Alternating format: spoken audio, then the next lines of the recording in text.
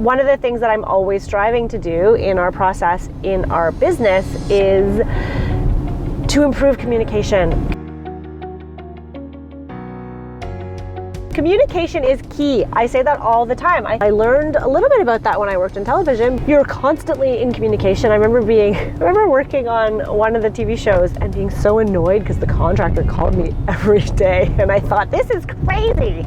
But you know what? It was fantastic because I learned that by having that constant dialogue, mistakes didn't happen as much. I mean, they happen, people make mistakes, but having that constant dialogue meant there was always clarification if there was ever something that people didn't understand. There are 3 key ways that you can have clear communication. The first way is obviously always discuss any issues that arise in person, and if it can't be in person, then on the phone. People can misinterpret an email. Tone is not conveyed properly in an email or a text message. Never text. The next key way is to never use text communication or even verbal communication as a final decision making. If anything is decided in person, verbally, which is great, you have to always follow it up with an email. Make sure that you have an email trail for absolutely everything. A lot happens on site. A lot of decisions are made.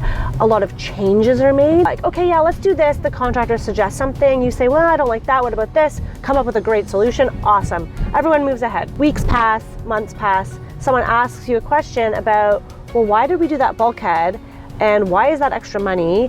And who made this decision? Nobody remembers. You're not going to remember. You think you're going to remember? You don't remember. Something that we've implemented in our business is that we always do site notes. Somebody takes notes, like minutes almost, like you'd have at a corporate meeting, type them back up at our office. We send them out to every party that was involved in that meeting of everything that happened, the decisions that were made, and who's in charge of doing whatever. The last key point, it's not really even key point, it's like a bonus key point. Communication is key and expectations are key, but you also have to treat people really well. There's lots of little tips and tricks that you can do to show people that you care and that you see them as a human being and not just as someone who's there to get the job done. People are human and they make mistakes, and that's where communication and having that steady dialogue really helps to eliminate, but it will happen, so just don't fly off the handle when it does.